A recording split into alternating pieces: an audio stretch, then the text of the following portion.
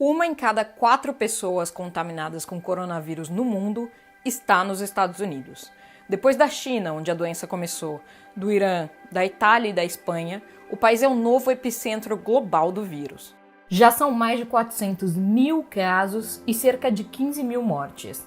E apesar dos números altos de contágio, o país deve atingir o pico da doença apenas daqui a 10 dias, o que levou o presidente Donald Trump a dizer aos americanos para se prepararem para semanas muito dolorosas. I want every American to be prepared for the hard days that lie ahead.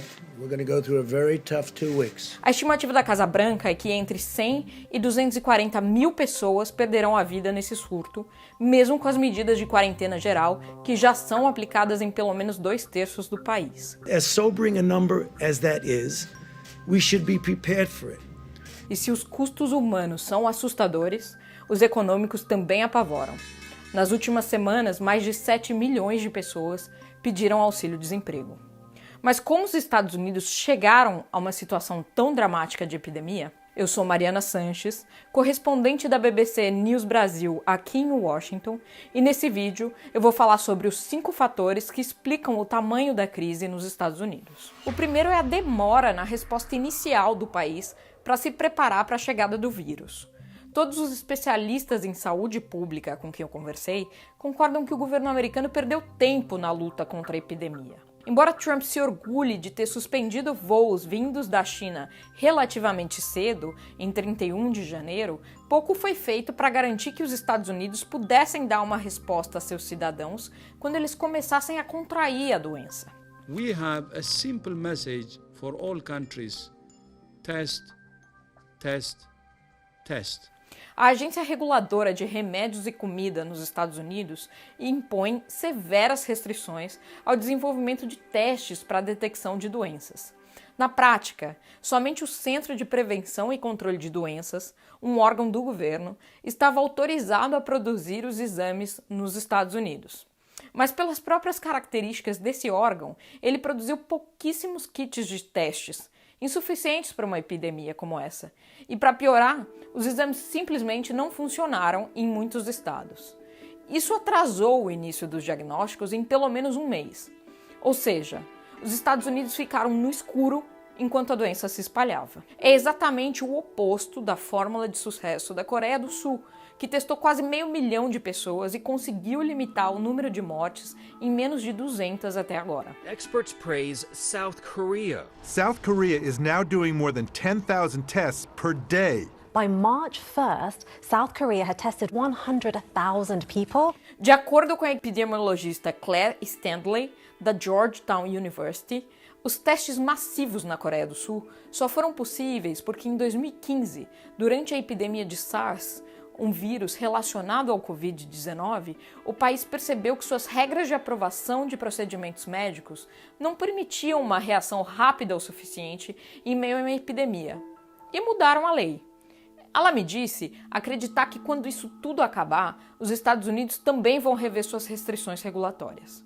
As falhas nos exames, no entanto, não foram o único problema das autoridades americanas na tentativa de entender o tamanho da epidemia. O segundo fator foi a falha em rastrear os contaminados e os casos suspeitos. Embora o coronavírus tenha começado a se espalhar rapidamente pelo resto da Ásia e mais tarde pela Europa, os americanos não restringiram a entrada de pessoas dessas regiões no país, nem adotaram nenhum protocolo para checar se os passageiros que chegavam dessas áreas poderiam estar doentes. De acordo com Claire, no último surto grande de ebola em 2014, todas as pessoas vindas de países onde poderiam ter sido contaminadas eram acompanhadas diariamente por autoridades sanitárias por até 14 dias. Nada disso aconteceu dessa vez. A restrição de voos da Europa só começou em março, quando a situação da epidemia doméstica já era grave. Em Singapura, o controle da epidemia foi possível graças ao rastreamento de pessoas possivelmente contaminadas. Funciona assim. A partir de um caso confirmado, os agentes examinam todos os contatos prolongados da pessoa doente nos últimos 14 dias e colocam todo mundo em quarentena. Meia hora em companhia de uma pessoa infectada já é o suficiente para impor restrição de movimento a alguém. O terceiro ponto crítico na história foi a falta de insumos e equipamentos médicos para lutar contra a doença. Estamos falando desde máscaras hospitalares simples até respiradores que possam garantir a sobrevida de quem luta contra uma forma severa do coronavírus. Conforme a epidemia avançava, os Estados Unidos se deram conta de que seu estoque nacional de produtos de saúde foi a quase zero. E o que explica isso vai além de erros na compra e estocagem de material. Vamos pegar o caso da fabricante americana de máscaras 3M, que ilustra bem essa situação. Na década de 80, a 3M mudou boa parte de suas fábricas para a China. A justificativa era comercialmente óbvia. Os custos de produção eram menores por lá e ela conseguiria vender seus produtos por preços até mais baratos do que praticava enquanto produzia aqui nos Estados Unidos. Faz sentido e não foi um problema até que uma situação como a pandemia se impusesse. Como o surto da doença começou na China, o país primeiro passou a impedir a saída de artigos necessários no combate ao problema de seu território. Foi assim que as máscaras fabricadas por uma empresa americana não puderam voltar para os Estados Unidos. Com a falta, espalharam-se na internet imagens de enfermeiros e médicos americanos enrolados em sacos plásticos nos hospitais. Comunidades começaram a doar às clínicas máscaras domésticas de pano e saco de aspirador de pó para serem usados pelas equipes de saúde. A principal associação de enfermeiros aqui nos Estados Unidos já registrou mais de 120 reclamações de falta de condição de trabalho nos hospitais ao redor do país. Ao ficarem doentes, os profissionais de saúde não só deixam de cuidar das pessoas, como passam a precisar do sistema eles mesmos. Há uma dupla perda para a sociedade. O especialista em saúde pública da Universidade de Michigan, David Hutton, me disse que esses 3 primeiros aspectos explicam boa parte da gravidade da situação americana hoje. É por isso que Trump tem tomado algumas medidas consideradas ousadas para tentar resolver o problema. Há alguns dias, ele enviou 23 aviões cargueiros à China e comprou, a preços mais altos do que os chineses pediam, tudo o que pôde em insumos médicos. Nessa, levou material já comprado por outros países, inclusive o Brasil.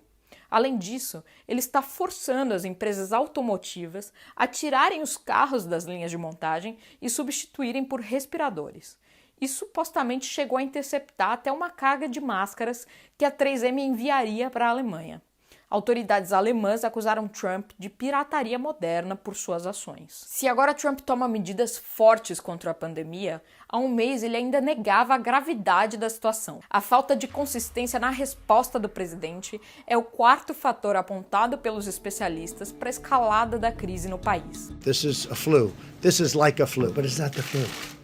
It's vicious. Vamos recapitular a sequência de comentários de Trump sobre o assunto.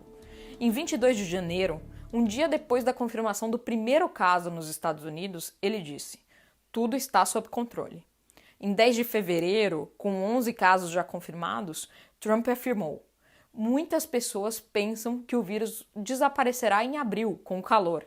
À medida que o calor chegar, ele vai desaparecer em abril". Em 26 de fevereiro, ele sugeriu que seria uma questão de poucos meses para que os americanos tivessem uma vacina contra a doença. And we'll essentially have a flu shot for this in a fairly quick manner. Foi desmentido na sequência pelo diretor do Instituto Nacional de Alergia e Doenças Infecciosas do governo, Anthony Fauci, que reconheceu que uma imunização levará mais de um ano para ficar pronta. Mais ou menos no mesmo período, ele começou a mencionar a cloroquina, uma droga que ainda está em testes contra o coronavírus, como uma solução para o problema. Em 25 de março, Trump prometeu o seguinte: The goal is to ease the guidelines and open things up to very large sections of our country. I said earlier today that I hope we can do this by Easter.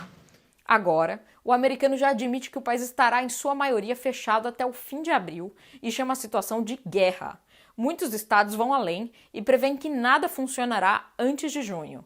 A epidemia ameaça até a realização da eleição presidencial em novembro, quando Trump tentará se reeleger. O 5º fator citado pelos especialistas foi a demora dos governantes em tomar medidas mais restritivas contra o espalhamento da doença. Os Estados Unidos são uma federação, o que quer dizer que cada estado toma decisões próprias sobre como agir diante da situação, algo parecido com o que acontece no Brasil. No estado de Nova York, que responde sozinho por mais de 130 mil casos de Covid-19, o governador Andrew Cuomo lamentou que as medidas de distanciamento social tenham começado tarde e que os políticos tenham subestimado o vírus. Segundo ele, faltou uma sinalização mais clara e mais cedo do governo federal sobre que medidas tomar. Em uma cidade como Nova York, com uma densidade populacional de 10 mil pessoas por quilômetro quadrado e sob ataque de um vírus de contágio muito fácil, a epidemia parecia quase inevitável. A epidemiologista Claire afirma, no entanto, que nem sempre a resposta descentralizada é ruim. Muitas vezes os estados dão respostas melhores do que o governo federal, ela me falou. No geral, a população tem se engajado em cumprir a quarentena imposta pelo poder público. O comércio essencial, como supermercados e farmácias, tem adotado um esquema especial de limitar o número de clientes dentro de suas lojas e manter o restante dos compradores em filas ao ar livre, sempre com um distanciamento de cerca de 2 metros entre eles. Os espaços normalmente apinhados de turistas e moradores, como a Times Square em Nova York, estão desertos. Em relação à economia, os Estados Unidos aprovaram o maior pacote de estímulo de sua história, de 2 trilhões de dólares. This $2.2 trillion legislative package is bigger than anything I believe ever passed in Congress. Com isso, o governo pôde oferecer licença médica remunerada para 1/4 dos trabalhadores americanos que antes não contavam com esse benefício, e garantiram uma renda de $1.200 por mês para pessoas com dificuldades financeiras em meio à recessão. O pacote prevê ainda que pessoas sem seguro-saúde possam fazer o exame para diagnosticar o coronavírus sem ter que pagar por ele. Os Estados Unidos não têm um sistema universal público de saúde e a falta de convênio médico de parte da população contribuía para a subnotificação e a disseminação silenciosa da doença. Eu vou continuar cobrindo de perto essa crise de saúde pública nos Estados Unidos e as soluções que os americanos encontrarão para lidar com ela. Não deixe de seguir a BBC News Brasil no YouTube e nas redes sociais.